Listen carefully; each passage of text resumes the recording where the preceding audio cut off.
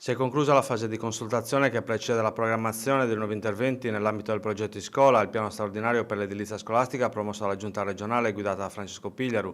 Nella notizia alla Regione, che in una nota sottolinea come ci siano stati 300 incontri nei territori con sindaci, assessori e responsabili degli uffici tecnici condotti dall'unità di progetto di Scola, che ha raccolto le istanze e le esigenze degli enti locali con riferimento agli assi 1 e 2, che si occupano rispettivamente di scuole del nuovo millennio, interventi di messa in sicurezza e manutenzione delle strutture e al bando per gli arredi e le attrezzature tecnologiche.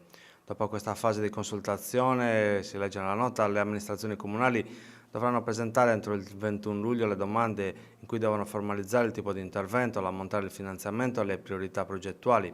Successivamente, in tempi stretti, si aprirà la fase istruttoria nella quale l'unità di progetto entro 10 giorni dovrà verificare l'ammissibilità delle richieste. Nella nuova programmazione, prosegue la nota della Regione, confluiranno risorse statali, europee e regionali. A 4 anni dall'avvio del primo piano operativo promosso dalla Giunta Pigliaru nell'ambito del programma strategico di scuola sono stati stanziati circa 300 milioni di euro. Sono stati avviati 24 concorsi di progettazione per uno stanziamento regionale di oltre 84 milioni.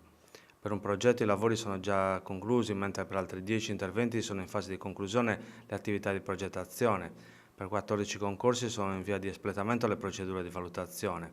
Per l'asse 2 di Scola, grazie ad uno stanziamento di oltre 170 milioni di euro, sono stati avviati 1.300 interventi tra manutenzione straordinaria e arredi. Ogni intervento ha prodotto l'avvio di cantieri con evidenti ricadute occupazionali. La Regione, conclude la nota, ha inoltre promosso il bando per gli arredi e le attrezzature tecnologiche con un finanziamento di 30 milioni di euro che consente a 400 scuole sarde di dotarsi di sistemi e soluzioni più moderne in sintonia con le mutate esigenze della didattica.